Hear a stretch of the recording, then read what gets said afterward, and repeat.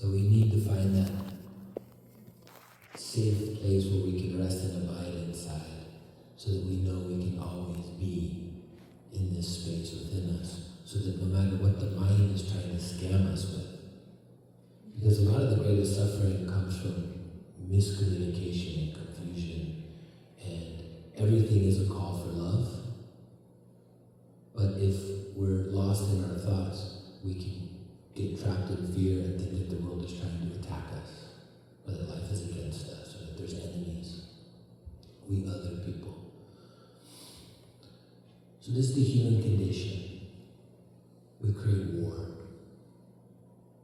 And all war is the expression of internal conflict within us that's being magnified and projected outward, and people are agreeing about separation because they're getting safety for being in their group. And then they're warring against other groups.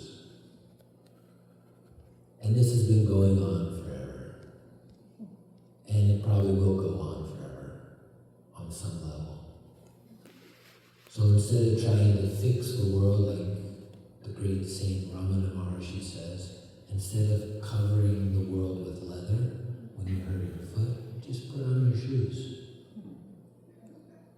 And so when we do sadhana, spiritual practice, when we come together, when we sit, when we really develop awareness and our loving attention, we start to create a buffer and a space within us so that we can absorb all the lies of our own mind, telling us that we're not worthy, we're not good enough, we're inadequate, we don't have what we need, we're lost, we're confused. All the scams of the mind. And we cannot text back. So in other words, don't take the bait. I think it's called clickbait. So what would it be like, Rafi, if we were just to remain shining like a star all the time, in the light of our attention, and seeing that everything that's being presented on our screen is an opportunity, as Taz says, to find unity. Everything's an opportunity for unity. Everything is a chance for us to dance with the beloved, to come back into the light of heaven's loving glow that's always here shining through our eyes in the form of pure silent attention.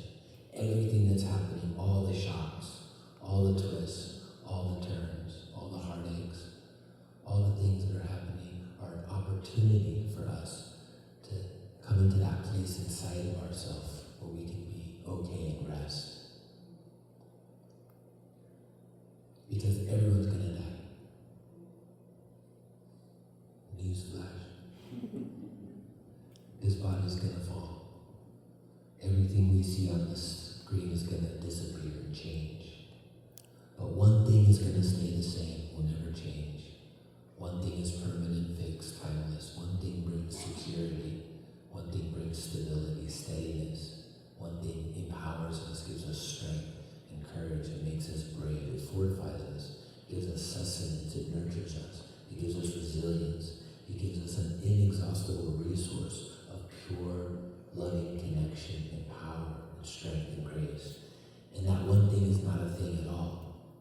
It's simply the presence that's been with us and will always be with us, and no one can ever take it from us.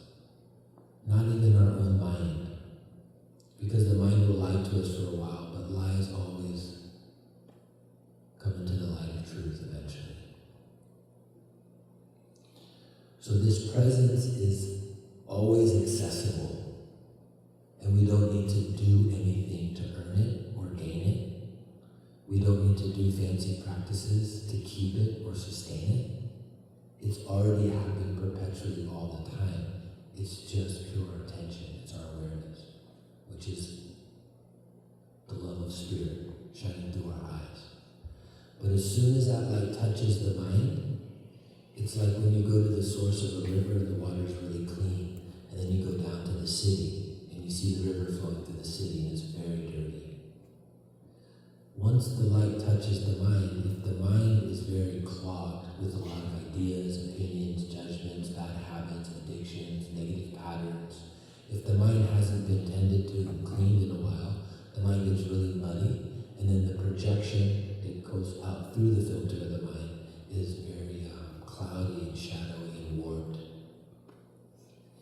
So we have these beautiful ways of rinsing, cleaning, polishing, and washing the lens of our perception. And one of the most easy practices we can do is just being still.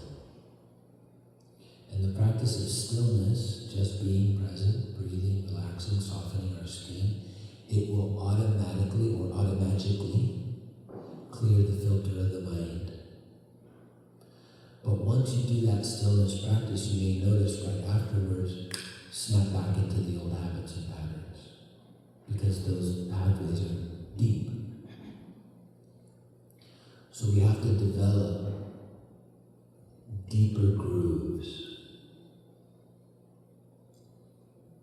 So suffering and trauma creates scratches and tears in our psychic lens. But love and experiences of love create deeper pathways that go deeper than the trauma, deeper than the suffering.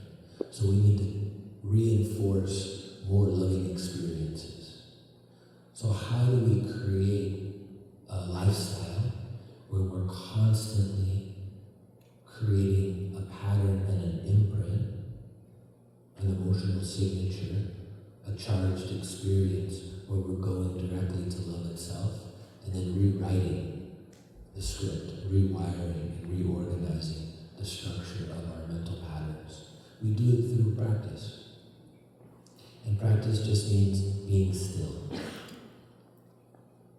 And stillness doesn't mean just not moving. It means being aware, because awareness is always perfectly still. It's impossible for anything to exist outside of awareness. Awareness is always happening. Were you aware of that? Awareness is where it is. You ready for the headphones? So this is like just like this weekend. Yes.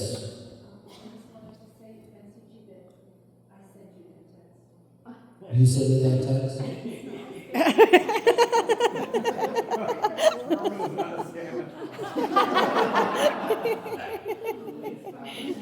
I deleted it.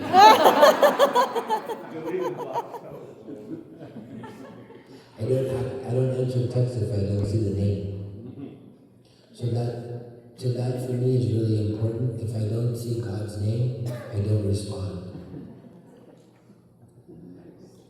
If it's not coming from a place of love and I haven't confirmed it, and are you confirming it? Is it really you? Okay.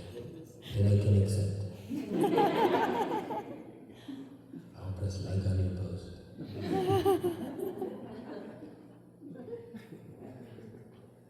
So that was